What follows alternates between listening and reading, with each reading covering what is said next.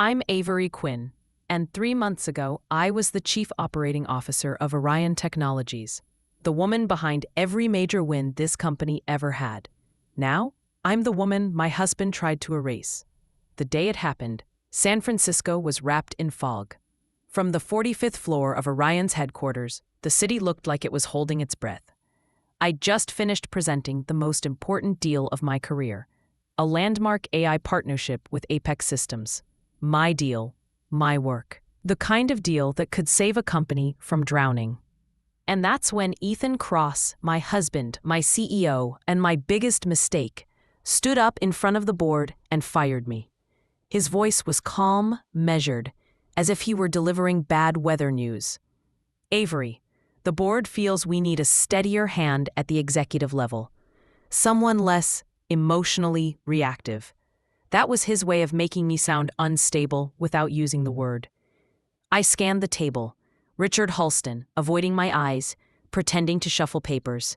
Vanessa Drake, our CFO, smoking like she'd been waiting for this moment all year. I kept my voice even. Ethan, I just closed the largest AI deal in Orion's history. Exactly, he cut in smoothly. It's the perfect time for a leadership change. You've done your part. Now let me do mine. Let him do his. That's what I'd been doing for years. Holding him up, making him look competent, cleaning up his messes. I didn't argue. I didn't beg. I just gathered my notes, slipped them into my folder, and walked out. The elevator ride down felt longer than the last 4 years of my life. My reflection in the mirrored walls stared back. Black blazer, silk blouse, hair pinned tight. I looked like the woman who had it all together, but inside, something was breaking. By the time I hit Market Street, my phone buzzed. A text from Ethan. I'll have my assistant send you the paperwork. Don't make this harder than it needs to be. I read it twice, then deleted it without replying. That night, in the small apartment I kept under my name, my safety net, I poured a glass of wine and opened my laptop. Orion's stock was already climbing on the Apex news. Ethan's face was everywhere, smiling like the visionary he pretended to be. My name wasn't even mentioned. I shut the laptop. I didn't need to see the headlines to know exactly how they'd write me out of my own story. I thought I'd feel rage or heartbreak, but instead I felt clarity. Ethan thought he'd buried me. What he'd really done was set me free. 2 days later, I was in a little cafe in North Beach, the kind of place where nobody from Orion would expect to see me. I was halfway through my coffee when I heard her voice, Vanessa Drake. She was sitting in the booth behind me, leaning close to Ethan. He was holding her hand. Once we move the rest of the funds into Helix, Orion's done. She whispered, "We'll let Avery take the fall for the debt. By the time the SEC catches on, we'll be untouchable." My coffee went cold. They weren't just getting rid of me. They were stealing the company and framing me for the fallout. I picked up my phone, not to call Ethan, not to confront Vanessa, but to text someone I hadn't spoken to in years, Noah Reyes. I hadn't spoken to Noah Reyes in almost 4 years. Not since Ethan forced him out of Orion in one of the ugliest boardroom coups I'd ever witnessed. Back then, Noah was our chief technology officer, the kind of mind Silicon Valley whispered about. He'd built our AI framework from scratch, coded Hathby algorithms himself, and turned a skeleton startup into a billion-dollar machine. And Ethan had destroyed him. Officially, it was a mutual decision. Unofficially, Ethan had leaked a false narrative about mismanagement of resources to the press, tanking Noah's reputation overnight. I'd tried to fight it, but Ethan made sure my voice never reached the board. The last time I saw Noah, he was walking out of the building with nothing but a backpack, the security guard trailing behind like he was escorting a criminal. I sent the text anyway. "We need to talk. Your place?" The reply came 3 minutes later. "Is this about him?"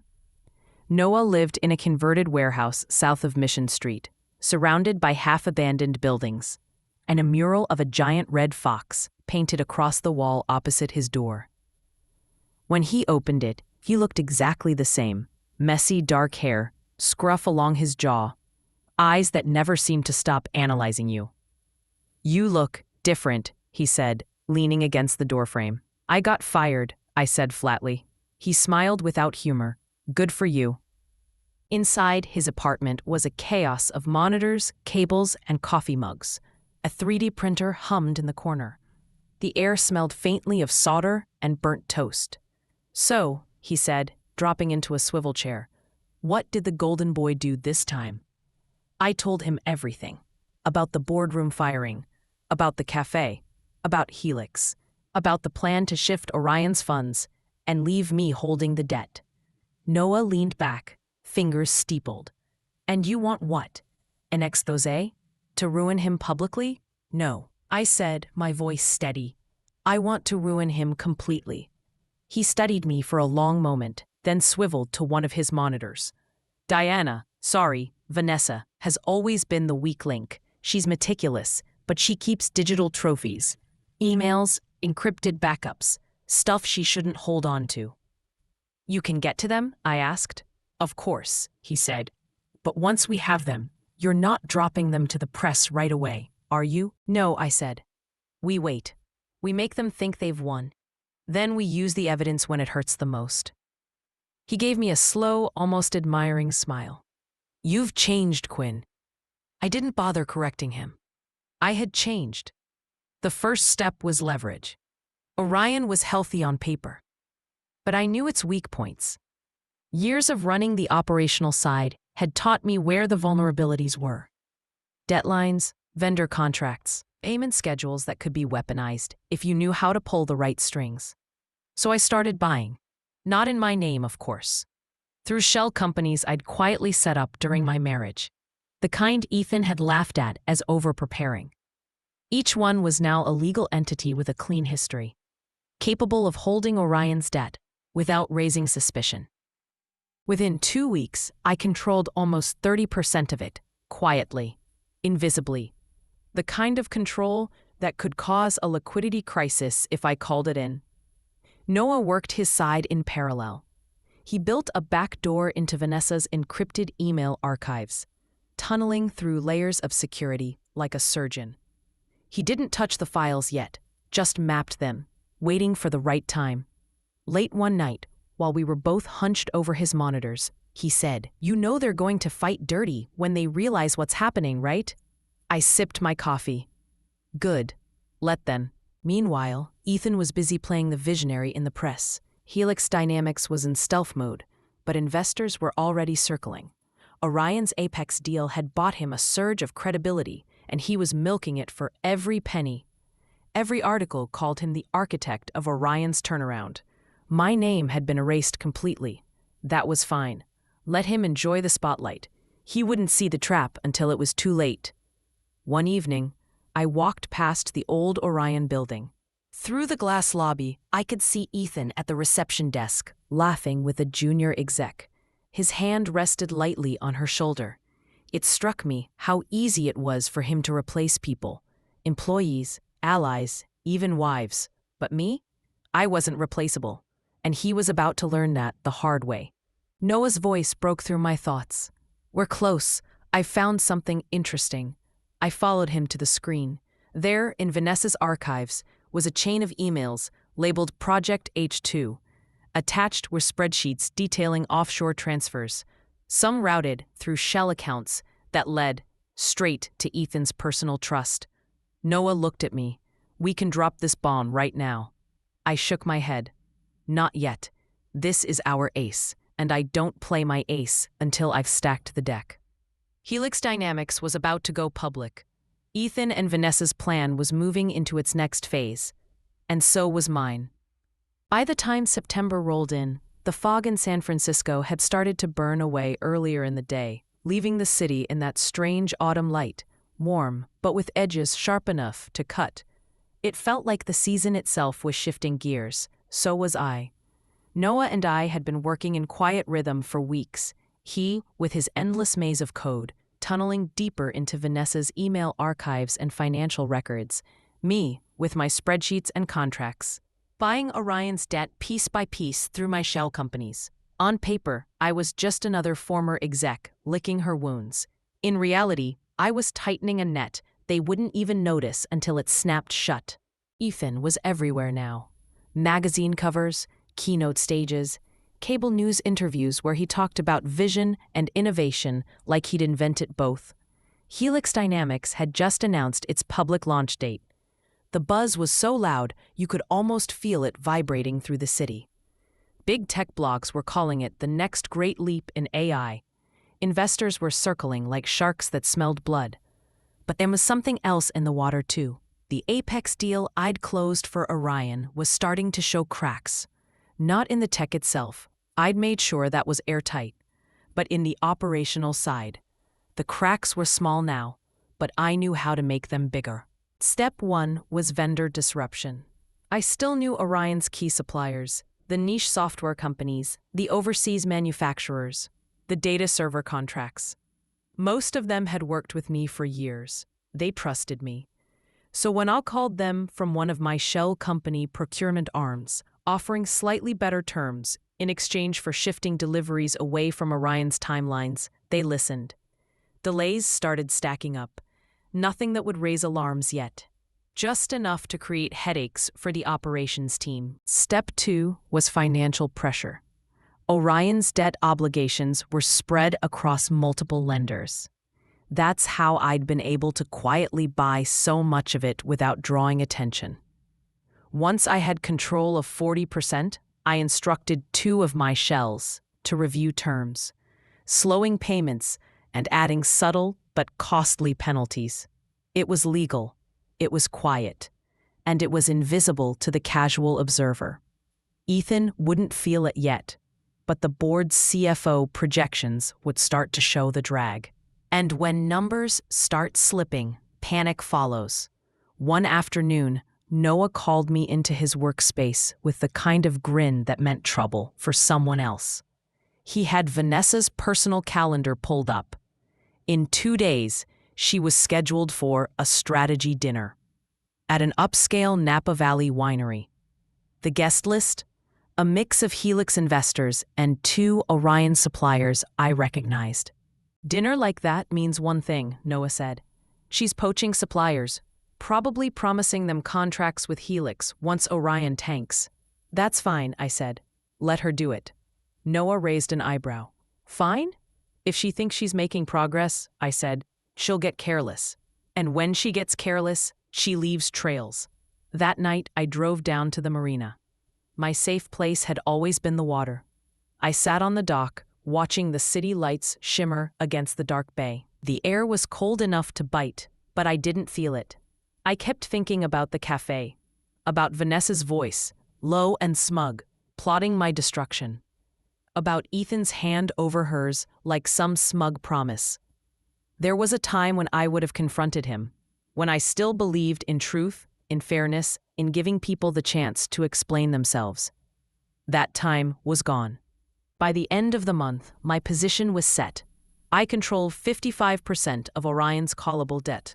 Noah had mapped every incriminating document in Vanessa's possession, from offshore accounts to wire transfer authorizations in Ethan's name. All we had to do was wait for Helix's IPO, and then hit them so fast and so hard they wouldn't have time to react. On the morning of October 5th, Ethan stood on a stage in Palo Alto, introducing Helix Dynamics to a roaring crowd of investors, reporters, and influencers. I watched the live stream from my apartment, coffee in hand. He looked like a man on top of the world. He had no idea the ground beneath him was already gone. By the time the applause faded, I was already making my next move, shorting Helix's stock before it even hit the public market. It wasn't technically illegal if you knew the right avenues and had the right shell entities. I had both. Noah slid into the chair across from me later that afternoon, tossing me a flash drive. Everything we need, he said. Emails, bank transfers, even voice memos. Vanessa's a record keeper. You'll love it. I turned the drive over in my hand. We sit on it until IPO day, I reminded him. Yeah, he said. But when we drop it, it's going to burn the whole thing down. They thought they were about to become billionaires. What they didn't know was that they'd already handed me the match. By the time Helix Dynamics was about to go public, the city had fallen into that eerie October calm, the streets quieter than usual, the fog rolling in thicker at night, softening the harsh edges of the skyline. It was as if San Francisco itself was holding its breath, waiting for something to happen. I felt the same way. In the weeks leading up to the IPO, Ethan and Vanessa had thrown themselves into a whirlwind of investor meetings, media appearances, and strategy sessions. Every handshake, every smile, every carefully framed quote in the press was calculated to make them look unstoppable. They didn't see me anywhere. They didn't know I was already woven into every financial strand of Orion Technologies. Noah had been relentless. Every evening I met him in his warehouse office. The screens glowed with lines of code, spreadsheets, and diagrams of Helix's operations. He'd mapped Vanessa's offshore accounts, pinpointed the exact shell companies she and Ethan were funneling money through, and even traced minor discrepancies in their projected cash flows. All legal on paper, Noah said one night, pointing at the monitors. But it's all theirs to lose once we flip the switch.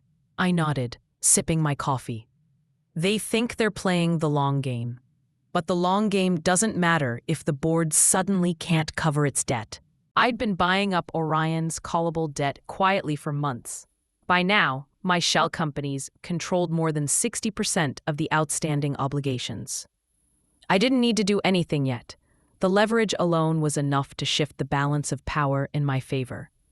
But I did one subtle thing every week. I nudged small vendors and suppliers to delay payments, just enough to create minor operational headaches. Little delays, miscommunications, overbooked shipments.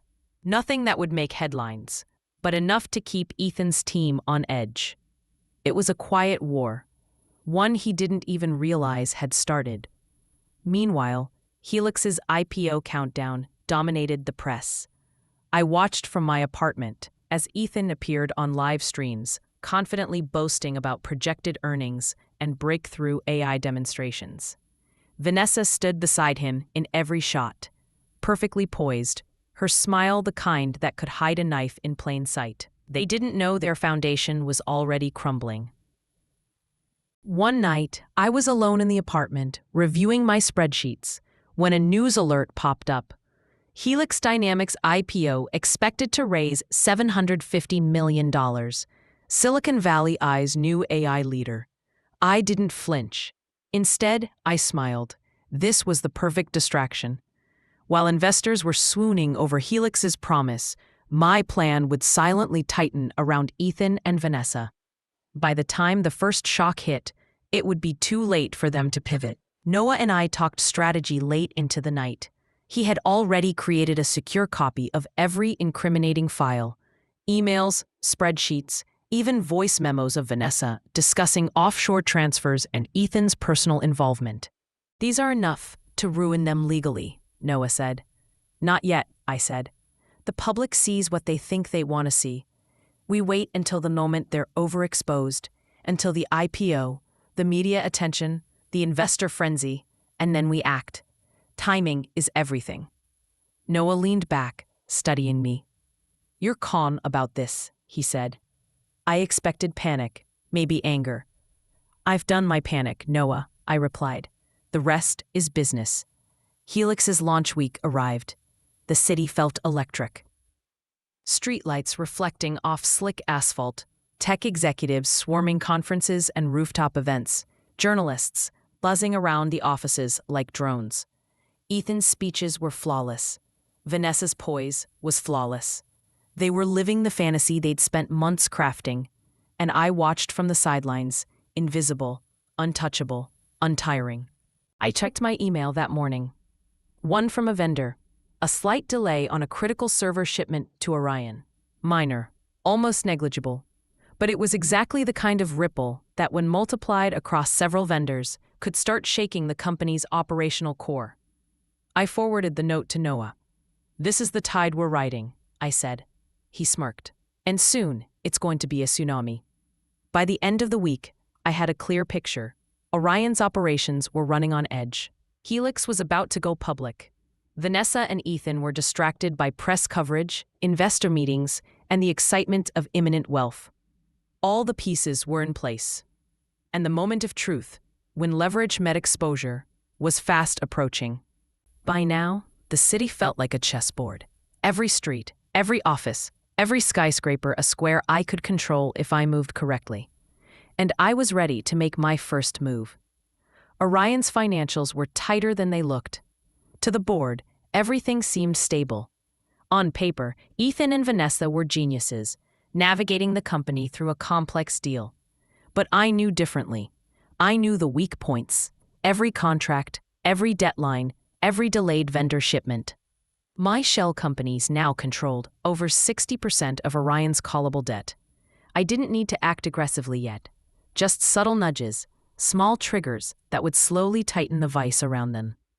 Step 1. The liquidity squeeze. I called one of my shell entities and requested a minor review of Orion's latest debt obligations. Nothing alarming, just enough to create a tiny pause in their cash flow. Vendors delayed, payments slowed, and their finance teams started feeling pressure they couldn't explain. Ethan was too distracted by Helix's IPO to notice. Vanessa was too busy flaunting her control to see the cracks forming beneath her. And that's exactly how I wanted it. Noah and I met in his warehouse late that night. He had Vanessa's archives open on 3 monitors. Every email, every transfer, every whispered plan was there, waiting for the right moment. Once the IPO hits, we release this, he said. But only the pieces that will hit them where it hurts the most. I nodded. Timing is everything. We don't act too soon. We don't act too late. When the stock surges from the IPO excitement, that's when the leverage becomes lethal. Noah smiled. You've become a corporate predator. I've always been one, I replied. I just hid it behind a smile and spreadsheets. In the meantime, Ethan and Vanessa were getting careless.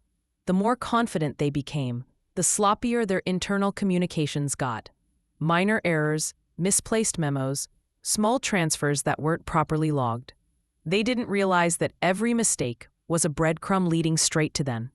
I watched it all quietly, from the shadows. A few days before the IPO, I scheduled a meeting with some key Orion lenders, carefully framed as a routine update. My shell company representatives presented themselves as minor investors, concerned about operational stability. I let the worry creep in. Not enough to panic them, just enough to seed doubt. A late shipment here, a delayed payment there.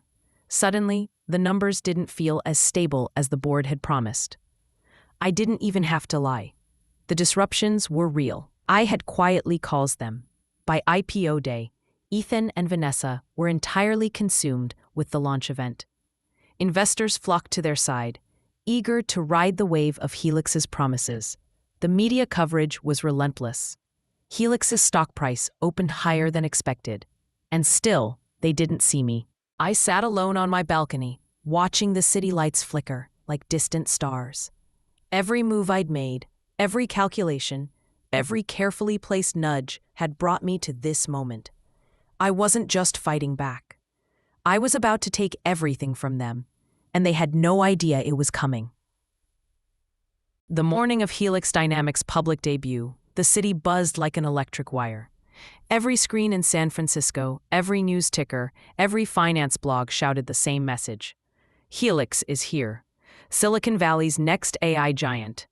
Ethan and Vanessa were glowing. They didn't know that the storm was already inside the walls they had built so carefully. Step 1 was patience. I didn't rush. I let the IPO hype run its course.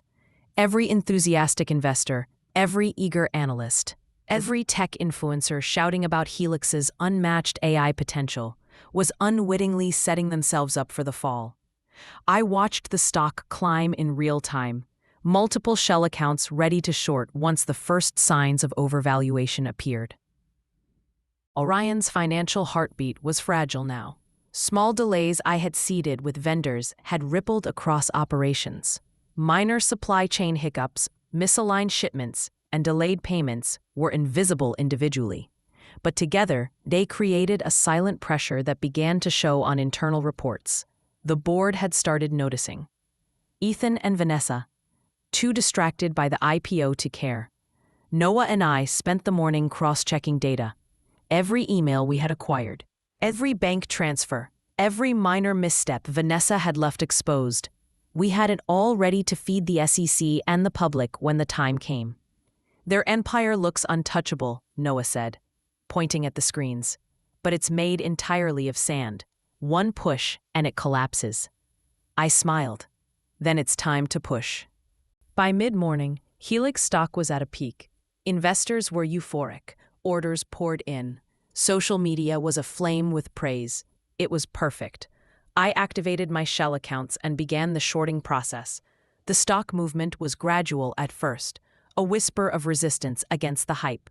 Then, as Orion's liquidity issues became more apparent in vendor communications, the pressure intensified.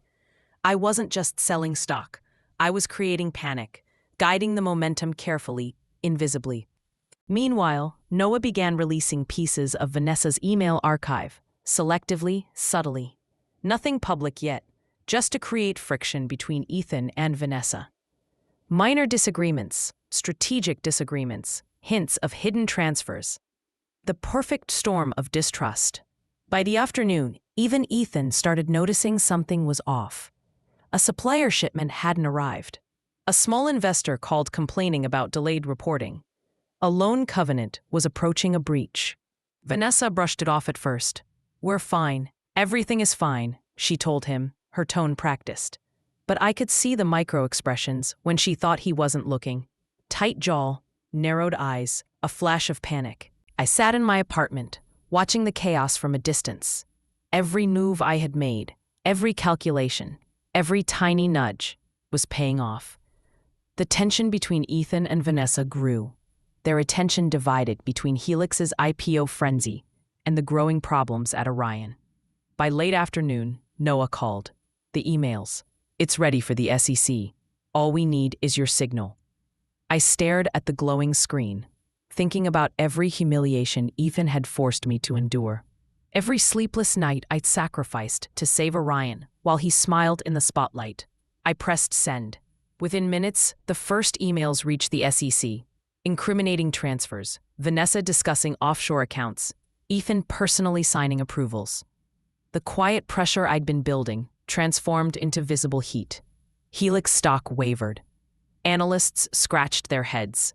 Social media murmured about inconsistencies in projected earnings. Investors started questioning everything. The short squeeze had begun. That evening, I sat back, letting the tension wash over me. Ethan and Vanessa thought they were untouchable. They had no idea that the foundation they had built on lies, greed, and arrogance was crumbling beneath them. And when the next wave hit, there would be no escape. By the second day of Helix Dynamics' IPO, the facade had started to crumble.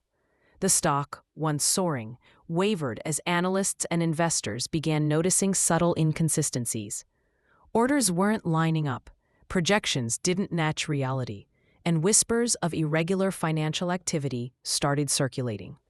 Ethan and Vanessa were feeling it, and I was watching every twitch, every misstep, every glimmer of panic like a hawk. Step 1 was observation. I didn't need to push yet.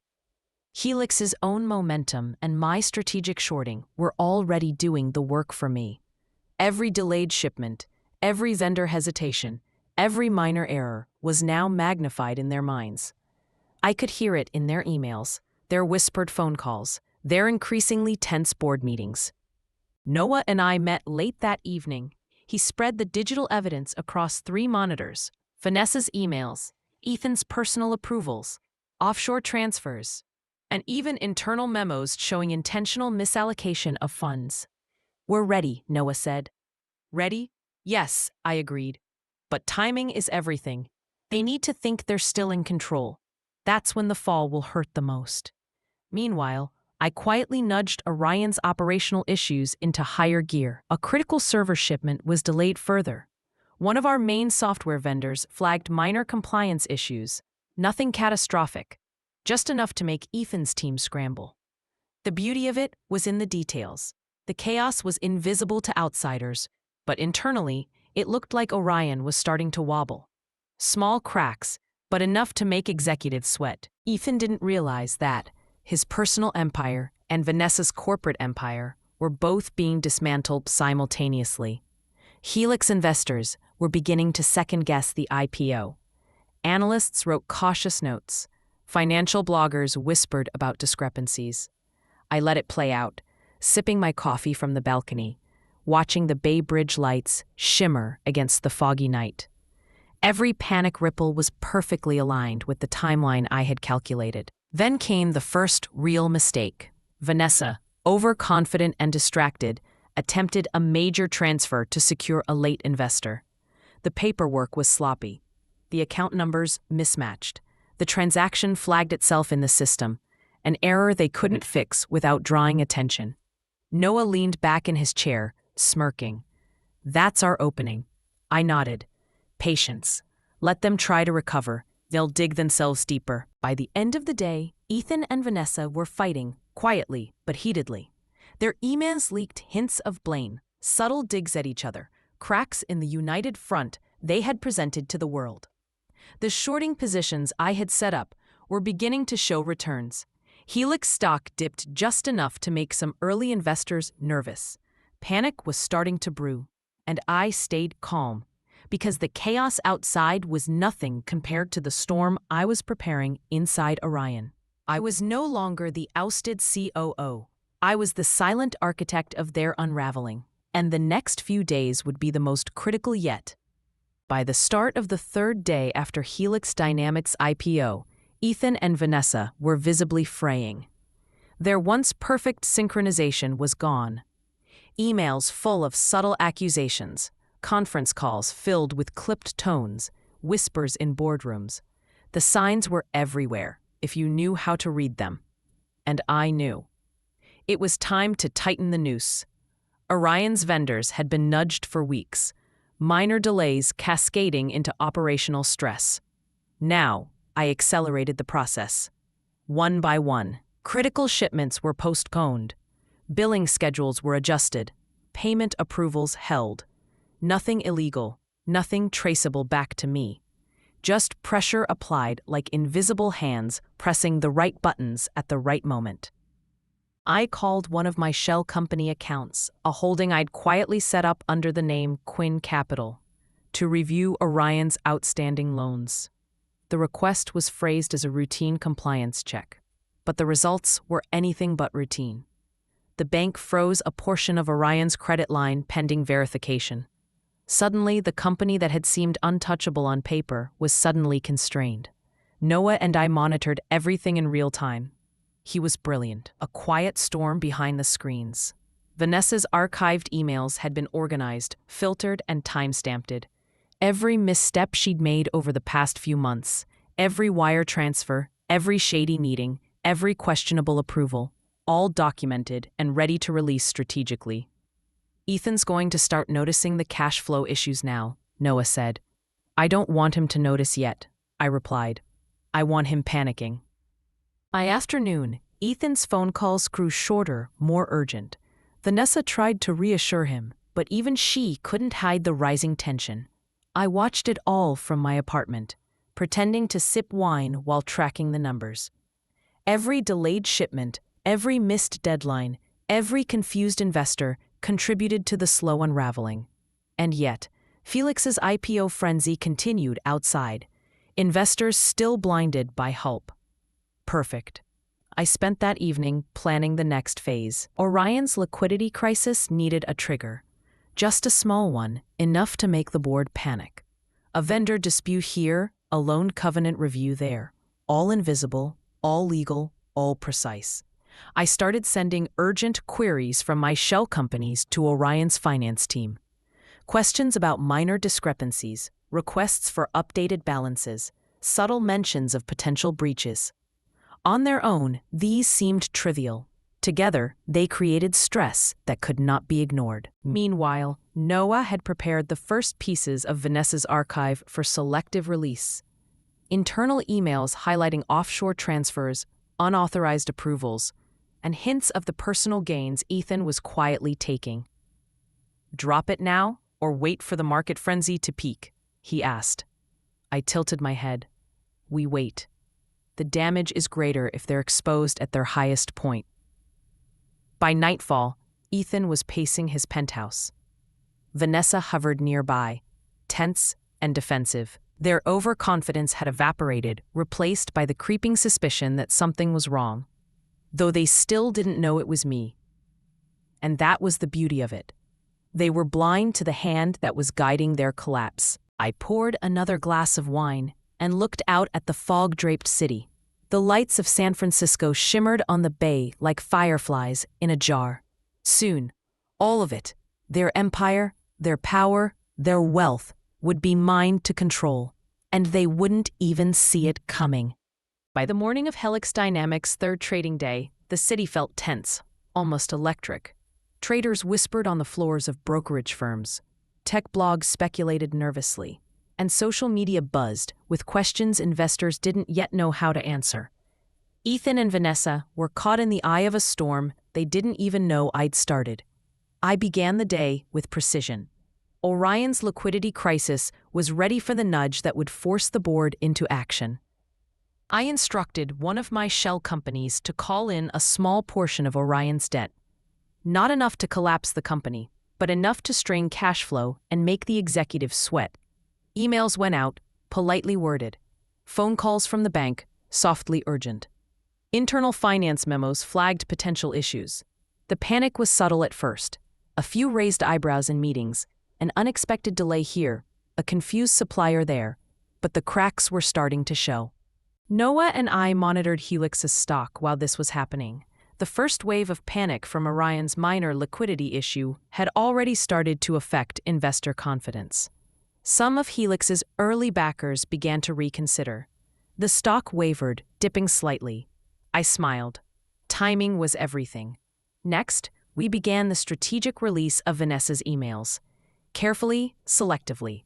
A few minor memos highlighting unauthorized fund transfers went to the SEC. Nothing public yet, just enough to create friction within Helix's board and trigger internal alarms.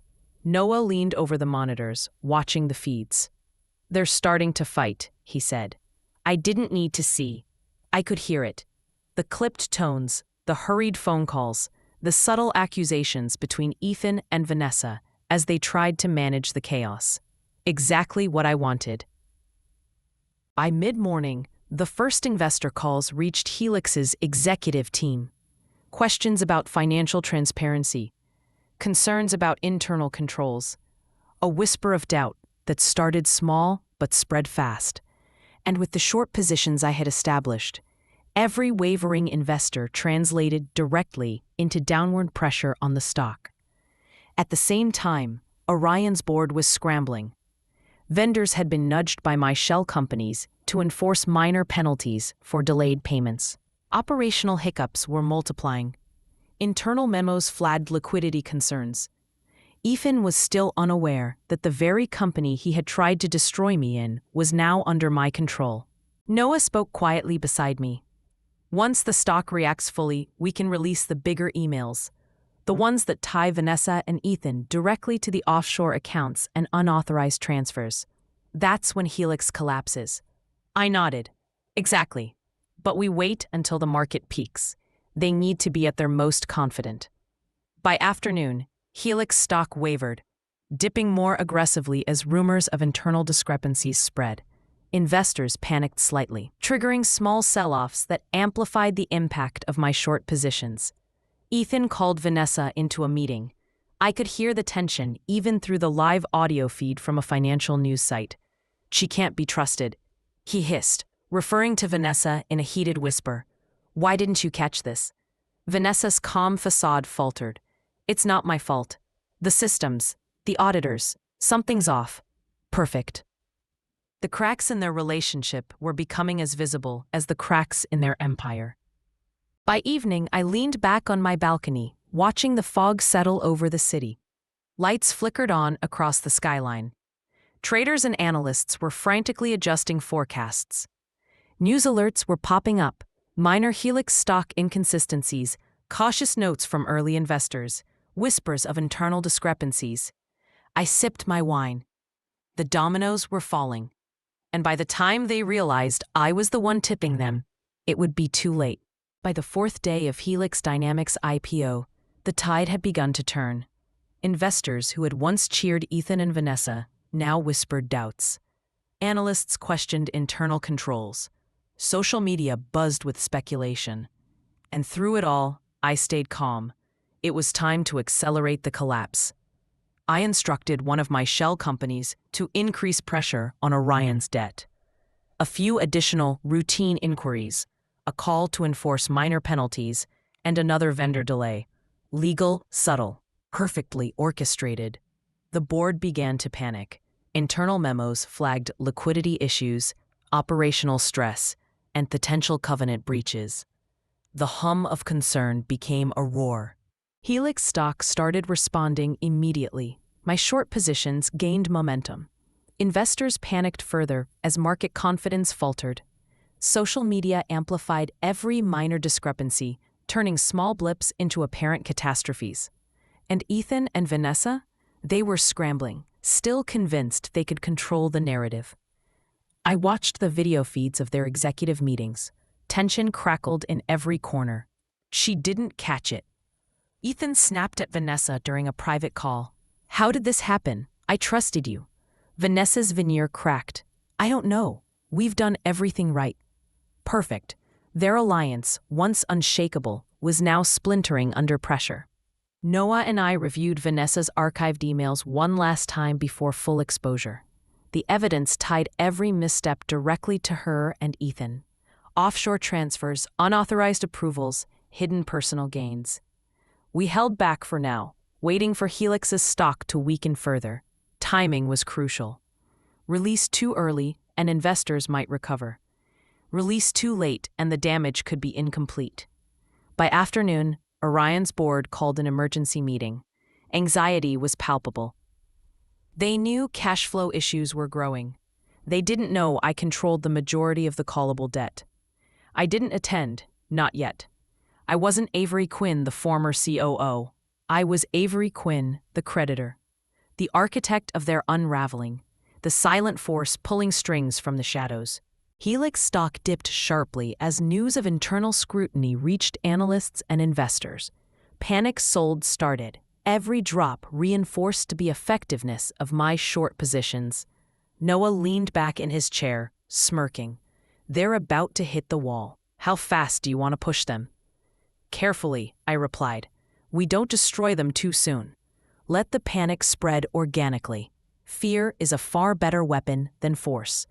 As night fell, I looked out over the foggy San Francisco skyline. The city lights shimmered like 1,000 tiny fires. In some ways, the chaos below mirrored the storm I had orchestrated above. Financial, emotional, invisible. Ethan and Vanessa thought they were still in control. They weren't. The fall had begun. By the fifth day, the tension was electric. Helix Dynamics stock wavered violently. Analysts were questioning internal projections, and whispers of discrepancies had grown into audible concerns. Investors were panicking, and social media amplified every rumor into a roar. And Ethan and Vanessa were right in the middle of it, completely blind to the real architect of their chaos. I had waited for the perfect moment. Noah and I reviewed the timeline again. Helix's IPO momentum had peaked. Investor confidence was high, and yet internal stress was mounting. It was the ideal window. "Release the emails," I told Noah. He nodded and initiated the secure transmission to the SEC. Vanessa's offshore accounts, wire transfers, and personal authorizations, signed by Ethan, were now officially in the record. The emails were damning, complete, irrefutable. Within hours, news outlets began reporting the investigation. Headlines flashed. SEC investigates Helix Dynamics for financial irregularities. Top executives' offshore accounts under scrutiny. Helix stock dips amid internal audit. Panic spread like wildfire. The market reacted instantly. Investors who had once cheered the IPO were now selling in droves. Orion's boardroom was a storm of anxiety. Calls from lenders, questions from auditors, emails flagged as urgent. Every minor disruption I had engineered, now amplified by the public scandal. I didn't attend the meetings. I didn't have to.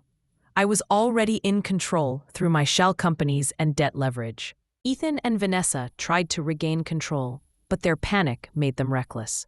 Vanessa approved emergency transfers, moving funds around hastily. Ethan attempted damage control with investees, issuing statements that raised more questions than they answered. I watched from the shadows, letting them dig themselves deeper. Noah updated me in real time. The stock is bleeding. Short positions are paying off massively. They don't even know what hit them. I leaned back, a quiet smile on my face. Good. Let them feel every second of their own recklessness. By evening, Helix Dynamics stock had lost more than 20% of its value. Investor panic had cascaded into a full-blown sell-off. Ethan and Vanessa's confidence was shattered. Their empire, built on arrogance, greed, and betrayal, was collapsing. I wasn't finished. Not yet. The final phase was approaching. Orion's board would soon have to acknowledge the reality of their liquidity crisis. Helix would be exposed for what it truly was. And I, Avery Quinn, would step forward, not as the humiliated former COO, but as the force capable of saving or seizing it all. I sipped my wine and looked out over the San Francisco skyline. The fog had thickened, wrapping the city in a quiet darkness. Below, chaos reigned, and I, watching from above, held the power to decide who survived it and who didn't. The sixth day was quiet, deceptively calm. Helix Dynamics stock had started to spiral. Investors were panicking, and Ethan and Vanessa were on the defensive, their arrogance replaced with desperation. They still didn't know I was behind the unraveling, and that ignorance was their weakness. I began the final push. Orion's debt leverage was ready.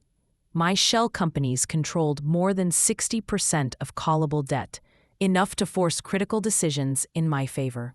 I instructed them to demand partial repayments immediately. It wasn't a death blow yet. It was a controlled squeeze, the pressure cooker turning. Meanwhile, Noah released a fabricated Nexus Labs demo, a supposedly revolutionary AI product that Ethan and Vanessa had claimed was original, was now shown plagiarizing Orion's proprietary code.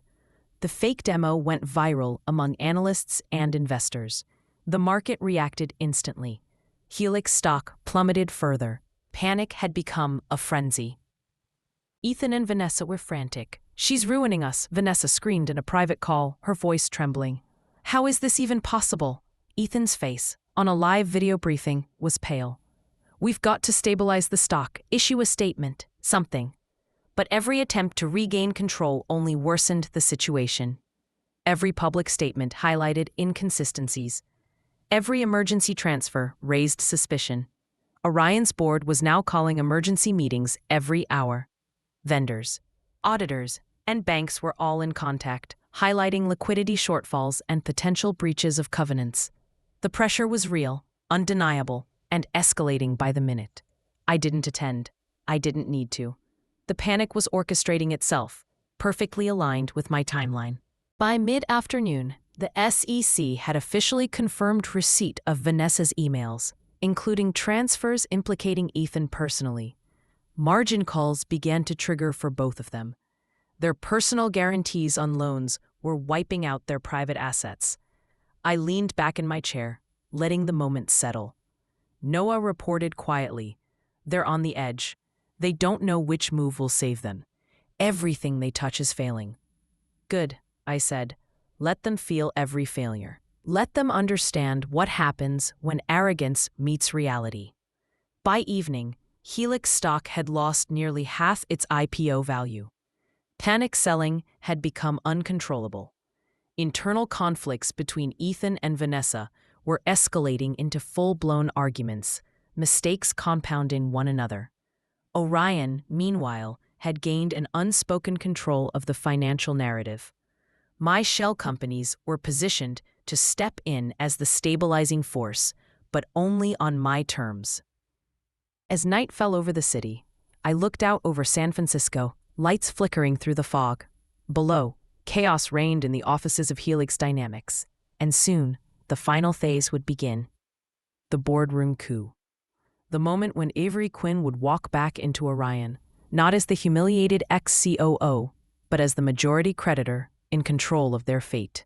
The morning after Helix Dynamics' stock nosedive, the city seemed quieter than usual. Fog rolled over the bay like a curtain hiding the chaos below. And inside Orion Technologies, I prepared to step into the final act. Orion's emergency board meeting was scheduled for 9 a.m. sharp. I didn't arrive early. I wasn't rushing.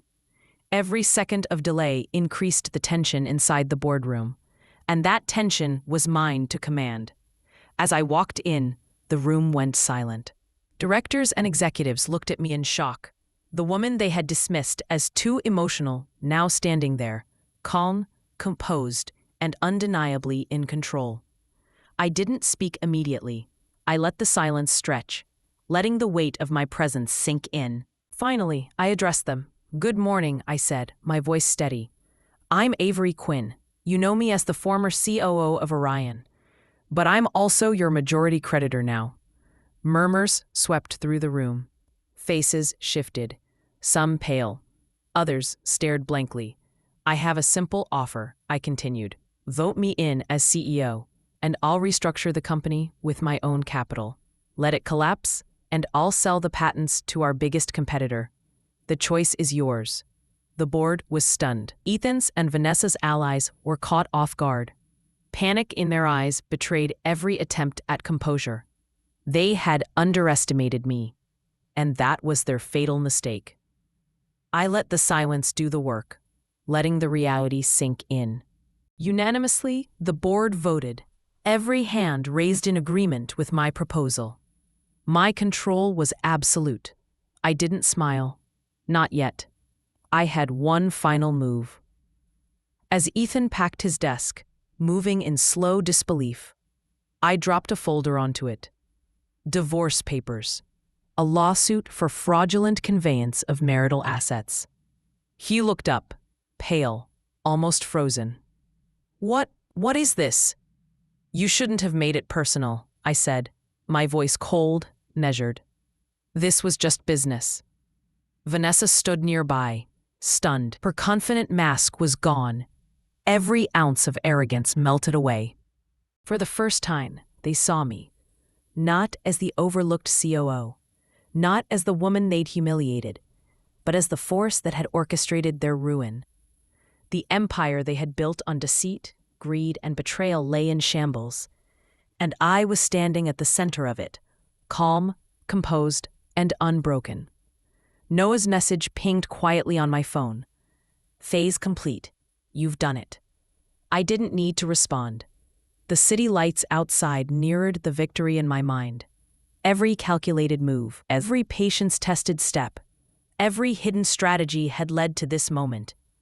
I was no longer Avery Quinn, the dismissed COO. I was Avery Quinn, the architect of their downfall. And in the calm after the storm, I finally allowed myself to feel it. The satisfaction of justice served. The boardroom was silent except for the rustle of papers and the faint hum of air conditioning. Orion Technologies was mine now. Every decision, every direction, every future move rested in my hands. And for the first time in years, I felt the power I had been denied for so long. Step 1 was consolidation. I moved quickly to stabilize operations. Vendors were reassured. Key employees were retained with incentives. Financial gaps caused by the prior chaos were addressed quietly, without drawing attention to my previous maneuvers. Noah remained my eyes and ears outside the company. He monitored Helix Dynamics, tracking investor sentiment, media coverage, and Ethan and Vanessa's every move. I didn't just want Orion to survive. I wanted it to thrive, on my terms. Every structural weakness I had noted over the years was corrected. Every mismanaged department reorganized, every opportunity seized. The company that had dismissed me as too emotional was now humming with efficiency, innovation, and order. Ethan and Vanessa, they were shadows of their former selves. Vanessa called repeatedly, her tone trembling. "Avery, you don't have to do this." I didn't respond. Words weren't necessary. The folder on Ethan's desk said it all: divorce papers, lawsuit filings, and proof of their financial misdeeds. Ethan, meanwhile, was facing the consequences of personal guarantees that had wiped out his assets. His arrogance had turned to panic, then disbelief, and finally to resignation. Noah's voice came over my secure line. "They're scrambling to recover anything they can, but it's too late. Everything you predicted is coming true." I smiled, though it was quiet, almost imperceptible. Good. Let them watch. Internally, I began rebuilding Orion's culture. Employees who had once felt overlooked or undervalued were now empowered. Departments were streamlined. Innovation was encouraged. I wanted Orion to be unstoppable, not just as a company, but as a statement. Every move was strategic, every decision deliberate. Late that night, I walked the rooftop of Orion's headquarters. The city stretched before me, a glittering network of lights. In my mind, I replayed every step, every calculated move, every quiet nudge, every careful delay. The chaos I had orchestrated, the market movements, the panic, the boardroom coup. It had all worked. Justice had been served, but not the kind anyone could see immediately. And I wasn't done. Ethan and Vanessa were lessons in greed, arrogance, and underestimating the wrong person. But for Orion, the future was mine to shape. Every innovation, every deal, every acquisition, controlled by me. I was no longer the overlooked COO. I was the strategist, the architect, the force behind a company that would now rise stronger than ever. And as the city lights shimmered below, I allowed myself a rare thought. Some victories were sweeter than revenge. The city had quieted after the storm. Helix Dynamics' collapse was complete. Ethan and Vanessa were shadows of the empire they had once ruled. Orion Technologies, under my control, was rising from the chaos stronger than ever. The morning began with a calm that felt almost surreal. The boardroom was no longer tense or anxious. Instead, it was focused, organized, and ready for the future. Every department head knew the rules now. Every employee felt the shift in energy, and the company's pulse was steady and strong. I walked through the office, nodding to familiar faces. They looked at me differently now. Not with fear, but with respect. Ethan's divorce papers had been served, along with the lawsuit for fraudulent conveyance of marital assets. Every attempt to reclaim lost wealth had failed. The margin calls, the personal guarantees, and the exposure from Vanessa's offshore accounts had left them bankrupt and humiliated. I didn't gloat. I simply allowed the law to take its course. Justice was its own reward. Vanessa tried to reach me one last time. "Avery, can't we talk?" she pleaded over the phone. I listened for a moment, then let the line go silent. Her empire was gone. The only voice she needed to hear now was her own, as she faced the consequences of her greed and arrogance.